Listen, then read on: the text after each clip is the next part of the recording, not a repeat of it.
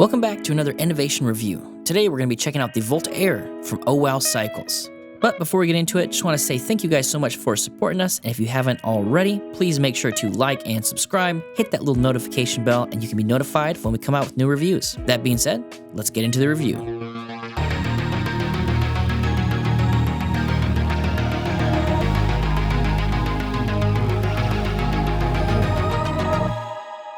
First, let's talk about the looks. The Volt Air has a lot of features on it that we would expect to see on a folding fat tire full suspension e-bike, such as the fat tires, folding clasp, and folding handlebars. Now, one of the things you'll notice right out of the gate is the paint job. Oh Wow Cycles is calling this their flip-flop chameleon paint job. It is akin to a pearl paint job, as you've probably seen on cars around, but this one goes from blue to purple and anywhere in between. It was kind of trippy because I would go and I would shoot it and I'd look at the bike, I'm like, all right, cool, there's a blue bike, and then I'd go shift around a little bit and I look back up, and then to my perspective, it would be purple, which was kind of strange because I'm like, no, I just saw this was a blue bike. You know, I had to keep questioning my own sanity when I was filming it. So even though this is similar to a lot of the bikes that are, folding fat tire bikes, the paint job really sets this apart from a lot of the competition. A couple other things you'll notice is the big headlight in the front. We'll get to that when we talk about the extras, but it was a cool additional feature to see on here. Instead of just throwing on one of the small lights that we would expect to see, they threw on something that was a little bit more eye-catching. And in the back, we have got this thicker rack, which gives the bike just that beefier, sort of well-built vibe about it. Next, let's talk about the motor. The motor in the Volt Air is something we've seen before. It is a 750 watt Bafang rear hub motor. Now, Bafang is pretty much the standard motor when it comes to bikes that are in this price range, and it was something that I'd expect to see on this bike at this price range. As far as performance goes, did a really good job, in my opinion, of getting up to speed, handling some of the hills that we took it on, doing that all while not making very much noise. That paired with the controller they have in here gave it a nice snappy response when we were riding it around. So all in all, with the responsive pedal assist system and the throttle, you really have a lot of options as far as how you want to get around on this bike.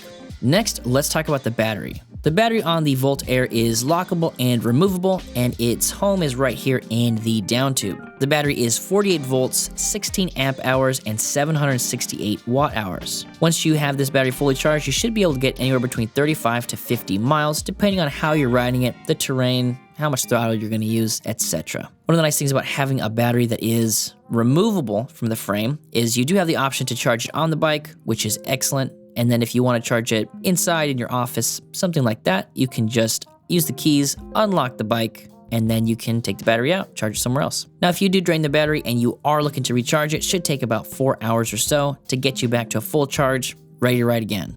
Next, let's talk about the brakes.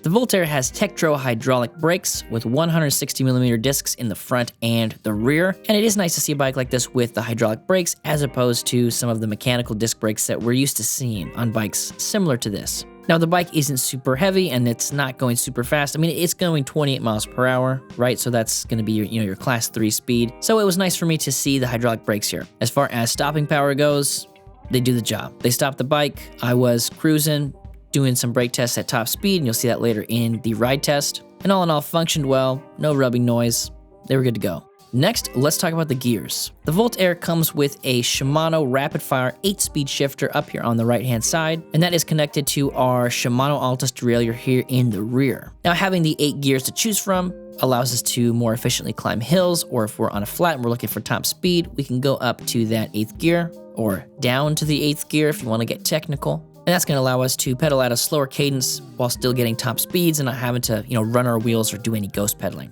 As far as the gearing goes, I feel like for the speed for this bike, the 8-speed worked really well. I feel like it was easy to ride if I was in gear 1 or gear 8, so no complaints here.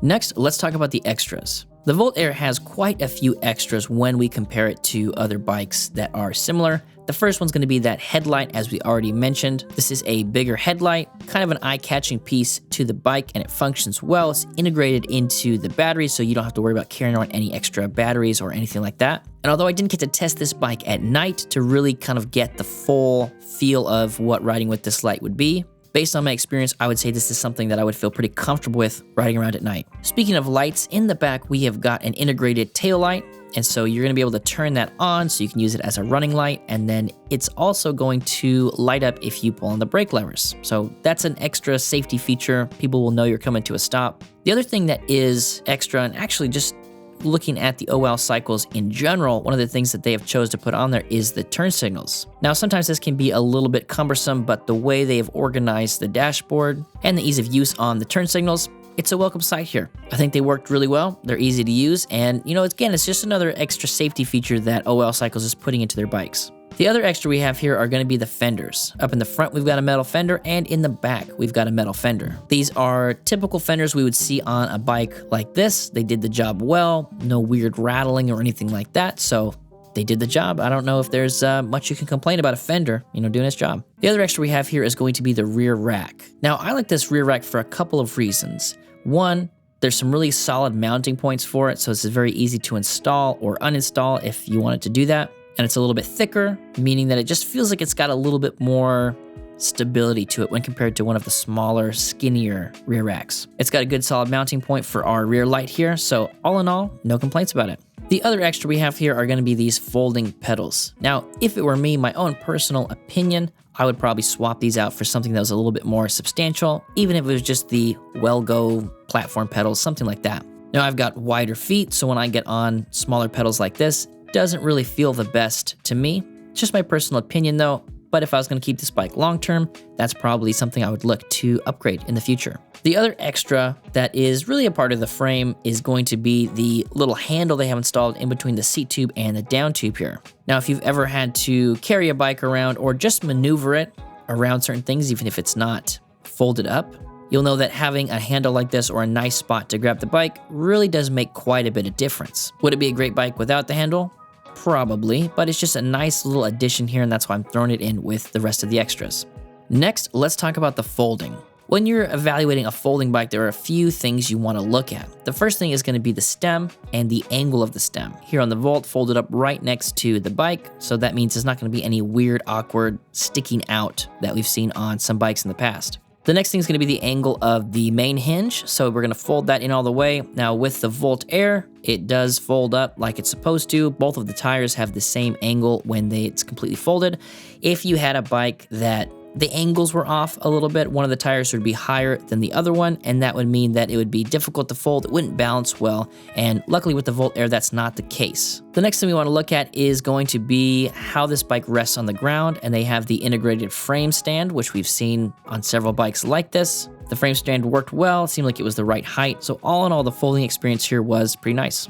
Next, let's talk about the suspension. The reason that this particular version is called the Volt Air is because it has a air shock in the front and in the rear. And that is something that is going to set it apart from other bikes at this price point. So it's a good upgrade, something to mention here that these are air shocks and not just spring forks like we've seen on other bikes. And with these front forks, we do have lockout and preload adjustments. And as I've mentioned a few times, it is nice seeing OL Cycles give us a few of these upgrades throughout the bike. It is going to give us a couple of options to fine-tune the ride depending on the terrain and the rider weight.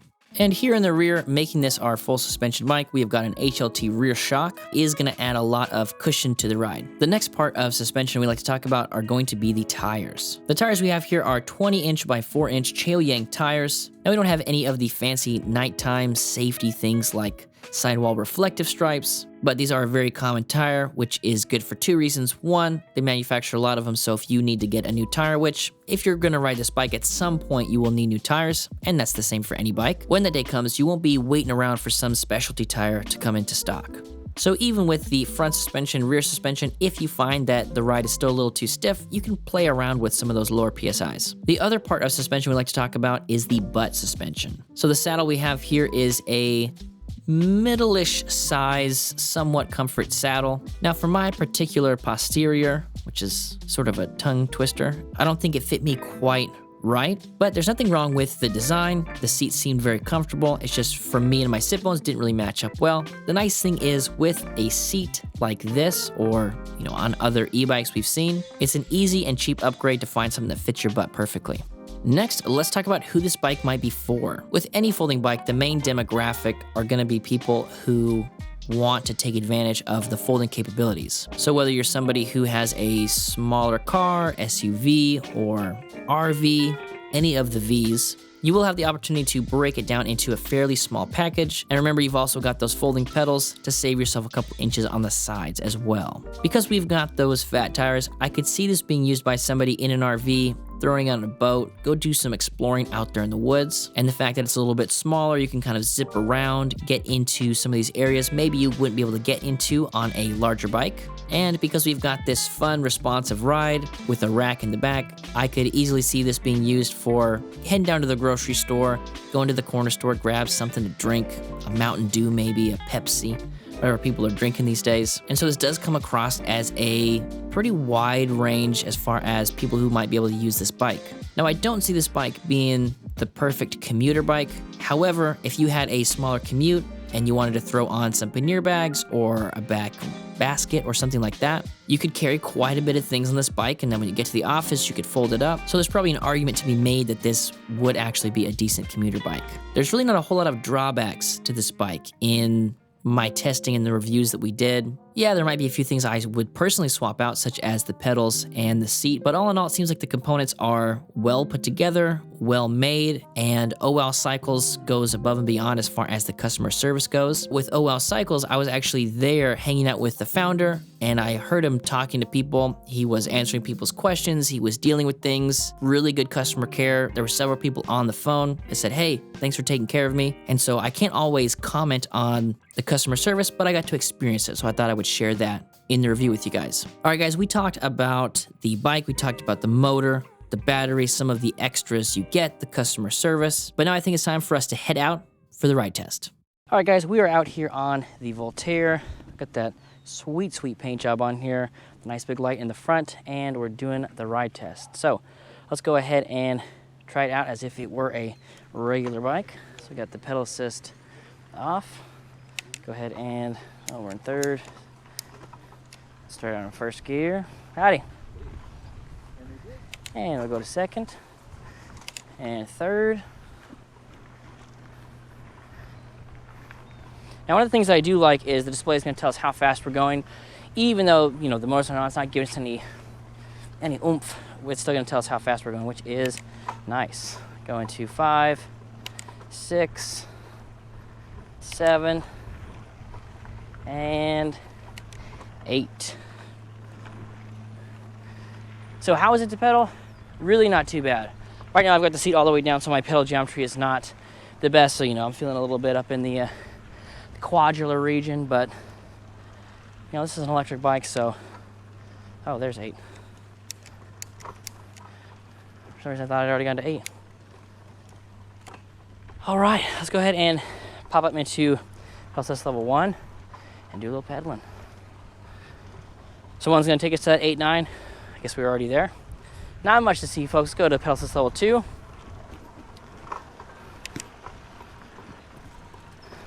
(11, 12 miles per hour). Pedal assist level 3.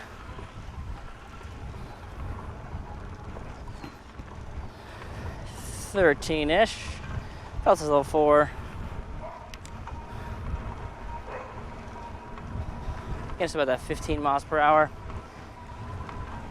And cross the street over here, and then we will do some more business on the other side here.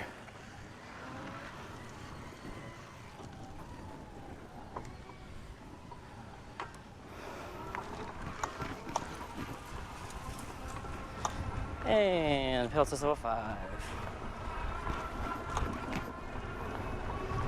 These little trails and drop-ins and stuff. Pretty exciting.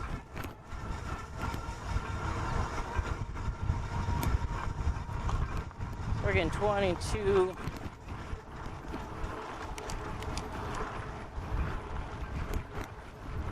A little over 20 miles per hour. There you go. We got those front forks doing some business for us. Ultra trail. All right, I'm just cruising.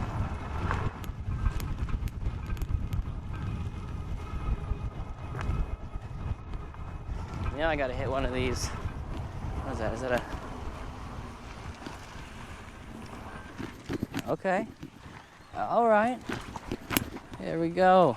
Now this bike is not meant to do, you know, jumps, crazy nonsense, but it's a review, guys. It's a test of the metal of the bikes.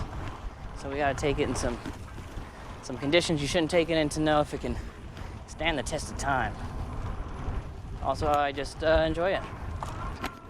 Let's go ahead and pop down here, do a little brake test. All right, braking in 3, 2, 1. Nice. The Tech Road brakes are doing what we expect them to do. Whoa, okay.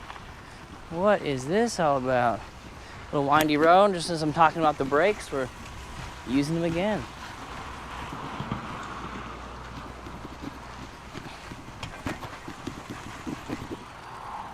All right. Okay.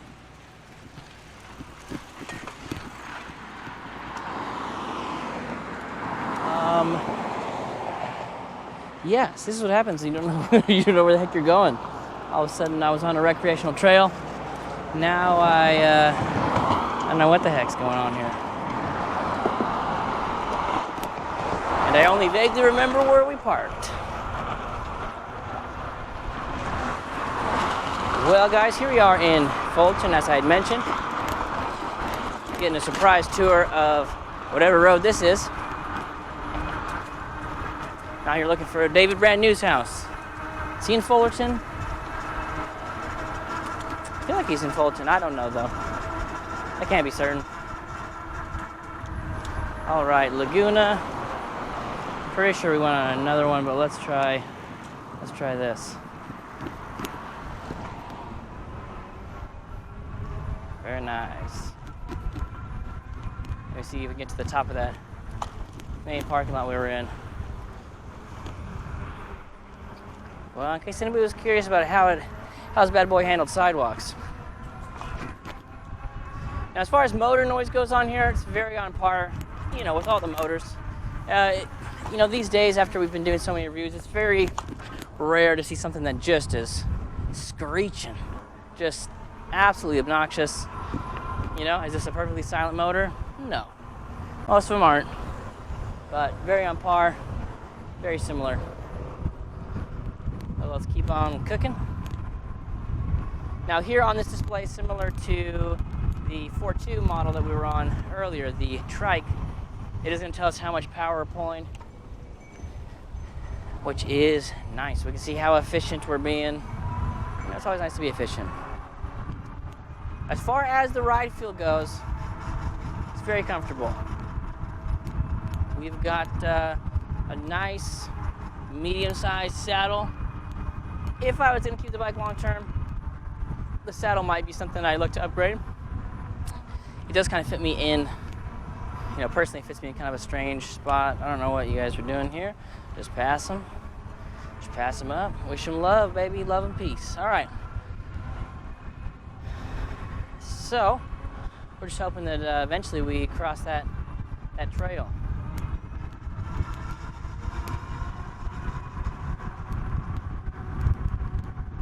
All right, we got a dip.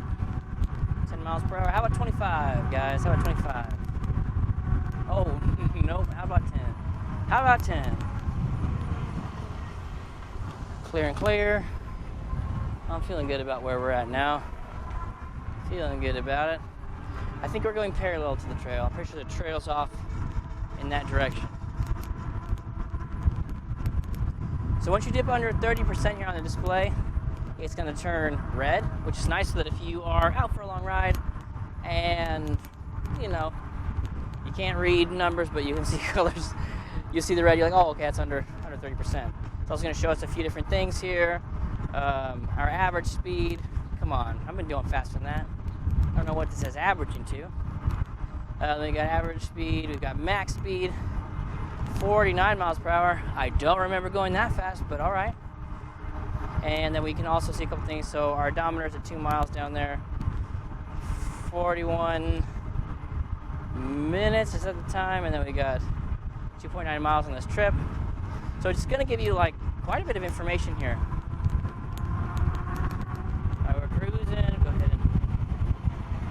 little stop here. Yes, we are at the top of that starting parking lot. Look at that. Now I know some of you guys are saying, you know what? Probably could have whipped out your phone. But, I mean, yeah, of course. Where's the adventure in that, guys? Come on. Alright, let's pop off this curb. Easy breezy.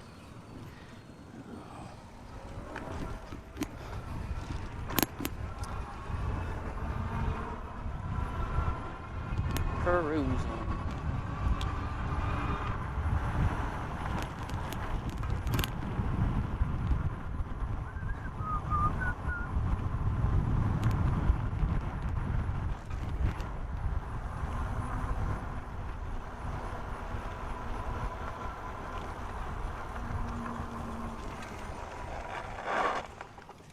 And that is going to do it for our review of the Volt Air from OL Cycles. If you guys want to know more about OL Cycles, I'll have a link down to their website below. If you guys got any questions for me about my experience with the bike or with OL Cycles, please let me know in the comments. I love talking to you guys, and we'll catch you on the next one.